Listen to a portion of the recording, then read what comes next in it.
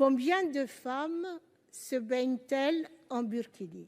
Nous n'avons aucun chiffre et nous discutons. Ce matin, nous avons discuté à peu près 1 heure et là, ce soir, on recommence.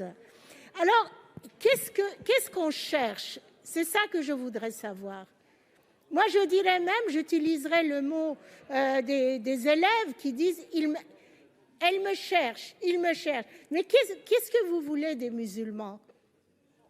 Je voudrais savoir exactement, quand ce n'est pas le burkini, c'est le voile, quand ce n'est pas le voile, c'est le halal, quand ce n'est pas le halal, c'est autre chose. Mais qu'est-ce que vous voulez? Vous instrumentalisez le burkini pour parler, enfin la cause des femmes pour parler du burkini. Madame Boyer, je vous ai déjà répondu ce matin, excusez-moi, regardez l'hémicycle, nous ne sommes pas les égales des hommes, nous sommes que à peine 30% de femmes dans un hémicycle où il y a 70% d'hommes.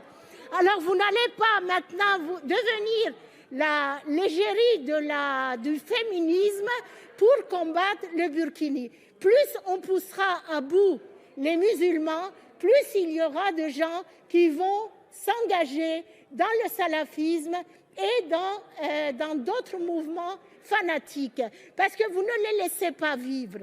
Tout est un objet pour vous de critique, de rejet.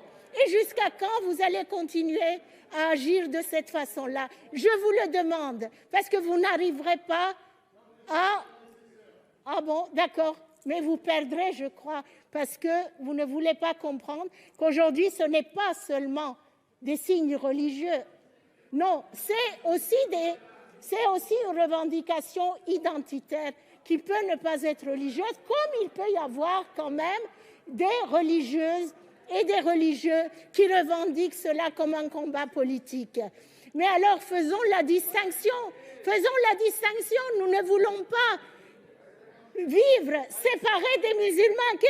Mais c'est laïque, quelle est la différence? Moi, j'ai dans mon bureau une jeune femme qui travaille, elle a des croix à son cou, des grosses croix, et alors ça ne me dérange pas. Chers collègues, je donne la parole maintenant à la présidente.